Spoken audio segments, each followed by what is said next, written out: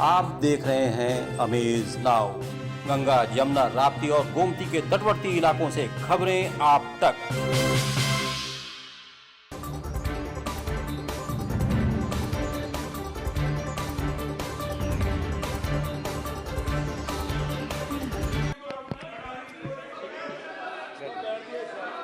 ये भी सवाल पूछा, ये भी पूछा कि भैया एक बात बताइए, राहुल जी बताइए हमें कि अदानी जी का जो नेटवर्थ है वो 3 साल के अंदर, नहीं सॉरी 2014 से लेकर 2022 तक ये $8 बिलियन से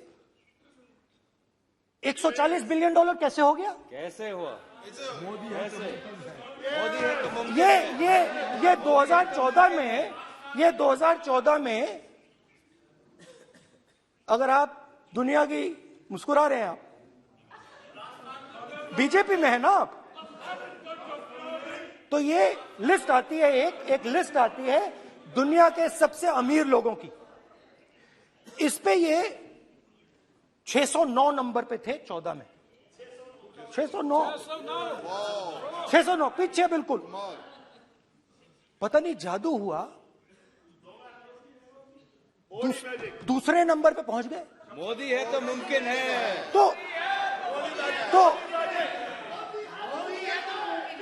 तो मुझसे पूछा यार, बहुत सारे लोगों ने पूछा कि भैया राहुल जी बताइए, हिमाचल में सेब की बात होती है अदानी जी, कश्मीर में सेब की बात होती है अदानी जी, पोर्ट्स की बात होती है अदानी जी, एयरपोर्ट्स की बात होती है अदानी जी, इंफ्रास्ट्रक्चर, अच्छा हम सड़क पे चल रहे हैं, मैं पूछूं किसने बनाई? अदानी जी। तो लोगों ने यह भी पूछा कि राहुल जी ये जो अदानी जी जो हैं, इनकी सफलता कैसे हुई? ये इतने बिजनेसेस में कैसे घुस गए? इतनी सफलता कैसे प्राप्त हुई? और सबसे जरूरी सवाल, इनका हिंदुस्तान के प्रधानमंत्री के साथ क्या रिश्ता है और कैसा रिश्ता है? देश जानना चाहता है, तो देश जानना चाहता है। ये देखिए रिश्ता, ये देख लीजिए प्लीज। पोस्टर माननीय सदस्य, पब्लिक में सर, माननीय सदस्य पोस्टर नहीं, प्लीज पोस्टर नहीं, पोस्टर नहीं है सर। देखिए आप पोस्ट बैठिए, एक मिनट बैठिए। आप पोस्टरबाजी करेंगे तो इधर कहेंगे राजस्थान के मुख्यमंत्री का पोस्टर चिपकाएंगे। पोस्टरबाजी के लिए सदन नहीं है। आप बात करें, पोस्टरबाजी नहीं। स्पीकर सर, आप वरिष्ठ सदस्य हैं, स्पीकर सर, तो पोस्टरबाजी उचित नहीं है। स्पीकर सर, पोस्टरबाजी उचित नहीं है, प्लीज। राजस्थान के मुख्यमंत्री, ये सच्चाई है। मीडिया, चलिए पोस्टर नहीं, प्लीज। वो लिख दे दो मुझे। हाँ, आ गया। Just right it neatly. तो नहीं स्पीकर सर, वो फोटो है सर, वो पोस्टर नहीं है। आप वरिष्ठ सदस्य हैं, प्राइम मिनिस्टर की फोटो है सर, उसमें बहुत उनका अच्छा चेहरा दिख रहा है।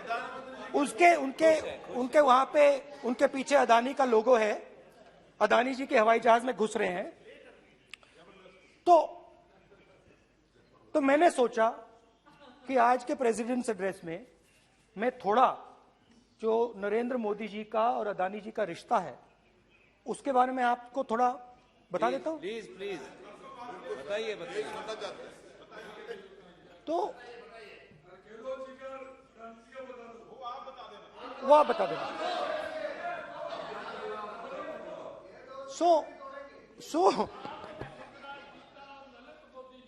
So the relationship begins many years ago when Narendra Modi ji was the Chief Minister of Gujarat. And when most of India's business was asking questions of the Prime Minister, was against the Prime Minister, one man stood shoulder to shoulder with the Prime Minister. Didn't back down. That's commendable. It's not a joke. He was loyal to the Prime Minister. And what did he do? He helped Mr. Modi construct the idea of resurgent Gujarat. Right? The idea that you bring these businessmen together, and you call it resurgent Gujarat, vibrant Gujarat, they're both. And he was the backbone in setting up that group of people. Okay? And the result of that was tremendous growth of his businesses in Gujarat. Expansion of his businesses. I think then the real magic starts. जब प्रधानमंत्री जी दिल्ली आते हैं और 2014 में असली जादू शुरू होता है। मैंने कहा कि 2014 में वो 609 नंबर पे थे, कुछ ही सालों में वो दूसरे नंबर पे पहुंच गए। कैसे पहुंचे?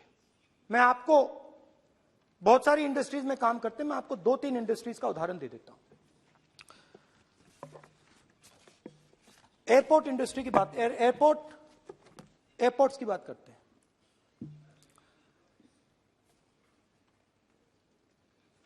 कुछ साल पहले सरकार ने हिंदुस्तान के एयरपोर्ट्स को डेवलप करने के लिए दिया। नियम था, there was a rule that anybody who does not have prior experience in airports cannot be involved in development of these airports. नहीं, गलत नहीं बोल रहा हूं।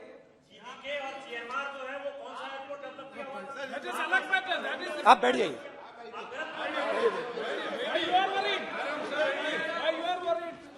अडानी के डिफेंस में आ गए सर।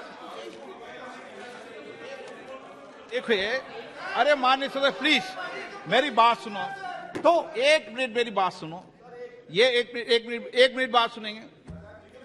ये संसद है, अपन किस दिशा पर चर्चा कर रहे हैं ये देश देख रहा है। हमें राष्ट्रपति अभिभाषण पर चर्चा करें तो उचित रहे, बाकी आपकी इच्छा है, स्वतंत्र अभिव्यक्ति है।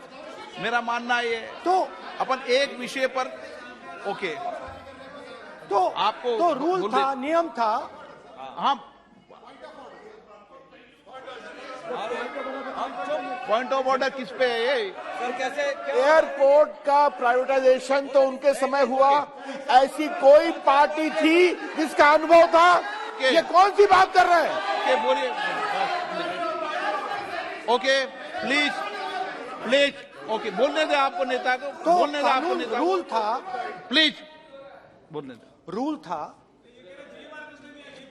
रूल था कि अगर कोई एयरपोर्ट बिजनेस में नहीं था तो वो इन एयरपोर्ट्स को ले नहीं सकता था। इस रूल को हिंदुस्तान की सरकार ने बदला।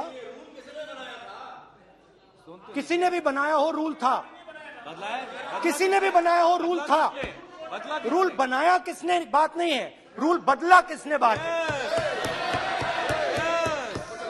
रूल बदला गया,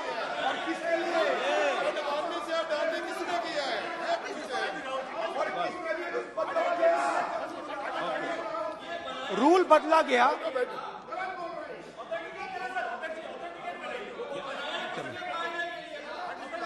चलता रहेगा क्या सर? रूल को बदला गया। सर बोलने दीजिए। करना चाहिए सर, ऑथेंटिकेट करना चाहिए। चलिए आप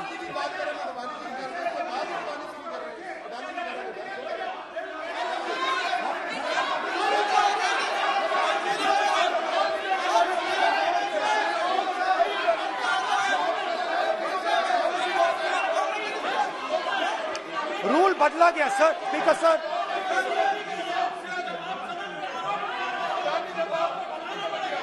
बैठे बैठे।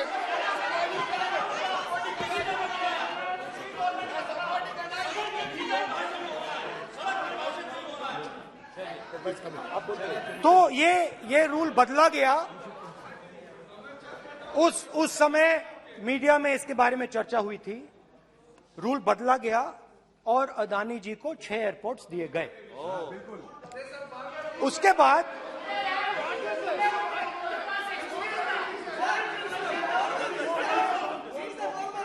after that India's most strategic profitable airport, Mumbai airport, was taken away by GVK, hijacked by using the agencies. The agencies को CBI, ED का प्रयोग कर GVK पर दबाव डालकर हिंदुस्तान की सरकार ने उस एयरपोर्ट को अदानी जी के हाथों में कर दिया। रिजल्ट क्या आया? रिजल्ट आया कि एयरपोर्ट्स में आज अदानी जी 24% हिंदुस्तान की एयर ट्रैफिक को अपने एयरपोर्ट से निकालते हैं और 31% एयर फ्रेट उनके एयरपोर्ट्स में से निकलता है। अब यह काम हिंदुस्तान की सरकार और हिंदुस्तान के प्रधानमंत्री जी ने फैसिलिटेट किया। तो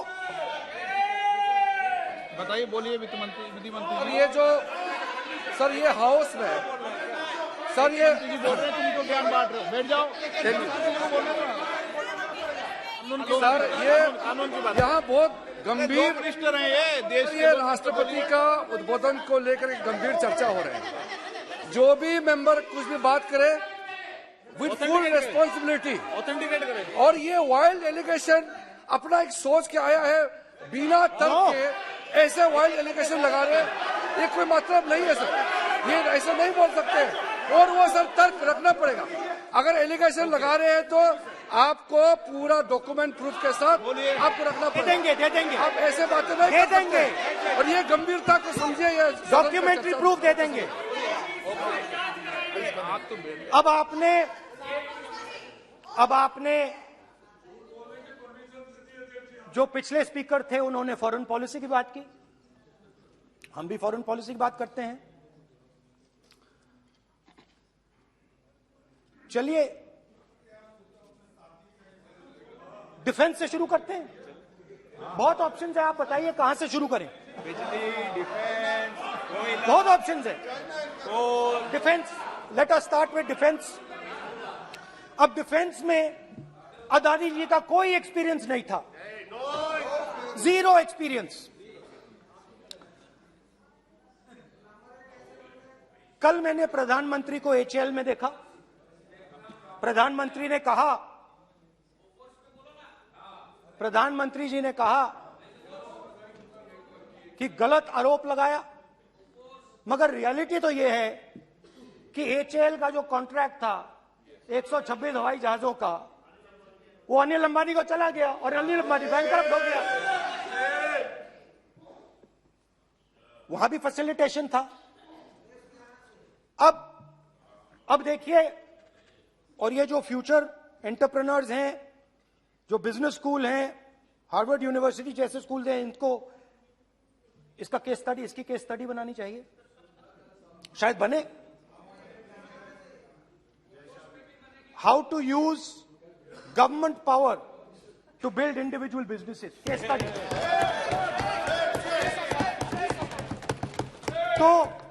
तो अब देखिए, अदानी जी की डिफेंस में इंटरेस्ट देखिए।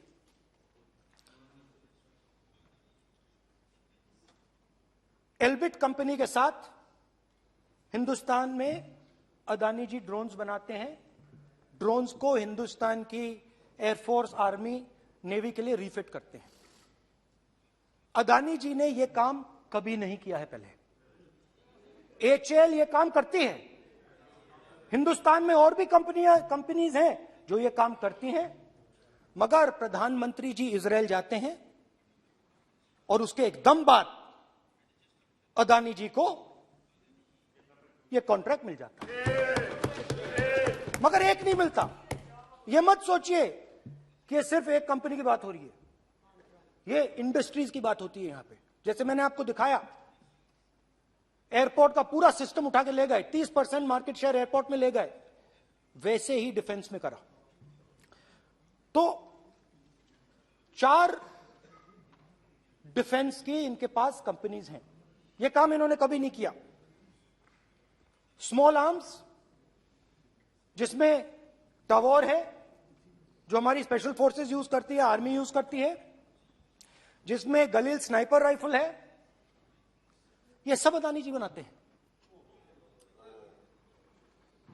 सीधा स्ट्रेट इजरायल में प्राइम मिनिस्टर जाते हैं, प्राइम मिनिस्टर के साथ वहां पे मतलब बीच में पैदल चलते हैं और फिर जादू से पीछे से इंडिया का फर्स्ट कॉम्प्रिहेंसिव MRO मिल जाता है मेंटेनेंस के लिए, जहाजों के मेंटेनेंस के लिए। स्मॉल आर्म्स का बिजनेस मिल जाता है, इजरायली जो ड्रोन्स हैं उसका बिजनेस मिल जाता है। मतलब जो हिंदुस्तान और इजरायल का डिफेंस का रिश्ता है वो पूरा का पूरा अदानी जी के हाथ में चला जाता है, खत्म कहानी। हाँ, उसमें पेगासस भी है, तो पता नहीं वहां से क्या मतलब पेगासस कैसे आया, क्या हुआ, किसने दिया।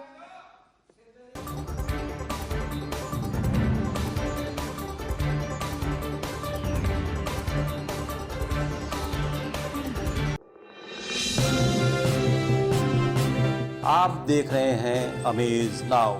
गंगा, यमुना, राप्ती और गोमती के तटवर्ती इलाकों से खबरें आप तक।